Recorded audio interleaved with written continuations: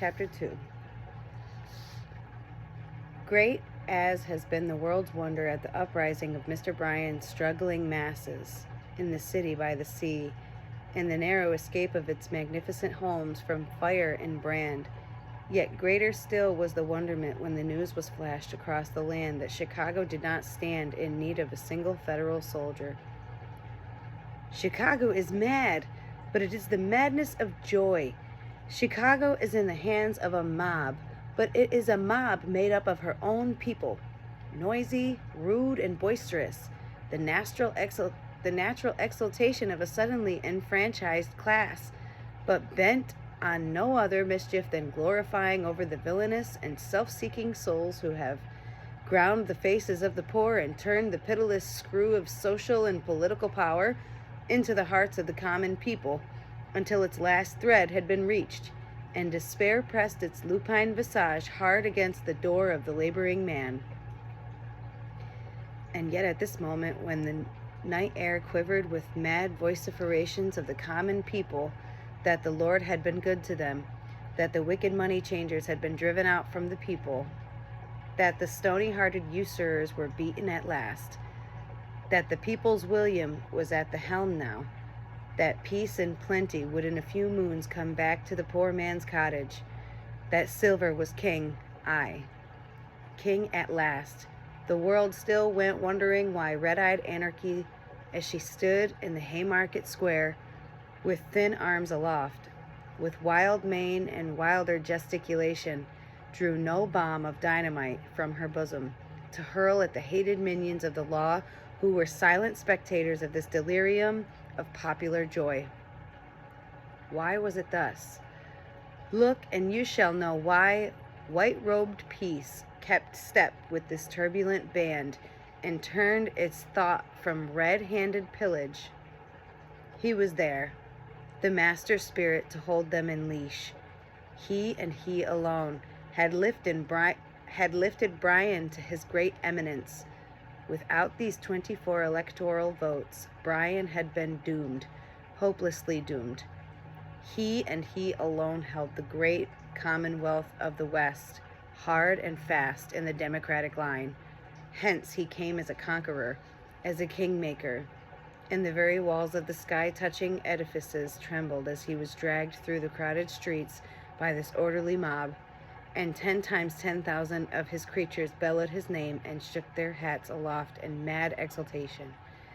You're our savior! You've cleaned the Temple of Liberty of its foul horde of usurers. We salute you. We call you Kingmaker. Bryan shall call you Master too. You shall have your reward. You shall stand behind the throne. Your wisdom shall make us whole.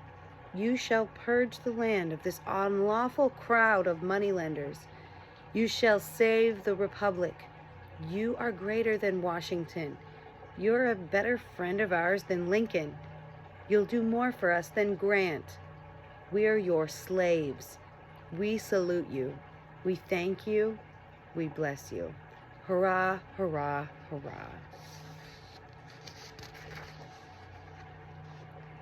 But yet this vast throng of tamed monsters, this mighty mob of momentarily good-natured haters of established order, broke away from the master's control for a few brief moments, and dipped their hands in the enemy's blood.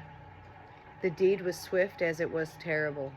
There were but 4 of them, unarmed, unpleasure bent. At sight of these men, 1,000 throats belched out deep and awful growl of hatred.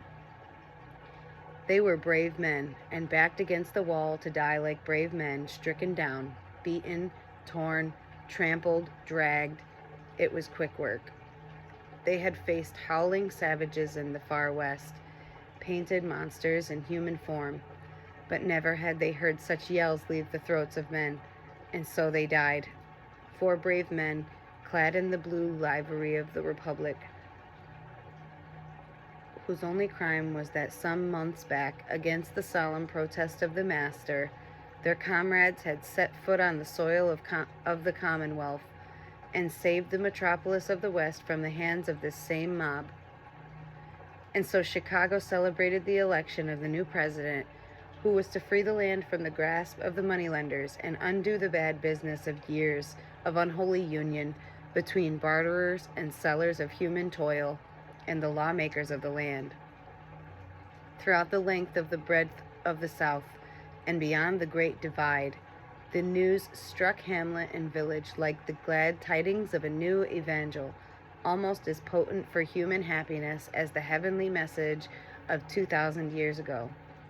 Bells rang out in joyful acclaim, and the very stars trembled at the telling, and the telling over and over of what had been done for the poor man by his brethren of the north.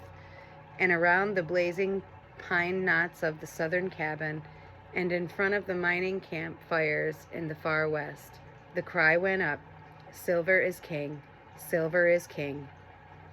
Black palms and white were clasped in the strange love feast, and the dark-skinned grandchild no longer felt the sting of the lash on his sire's shoulder.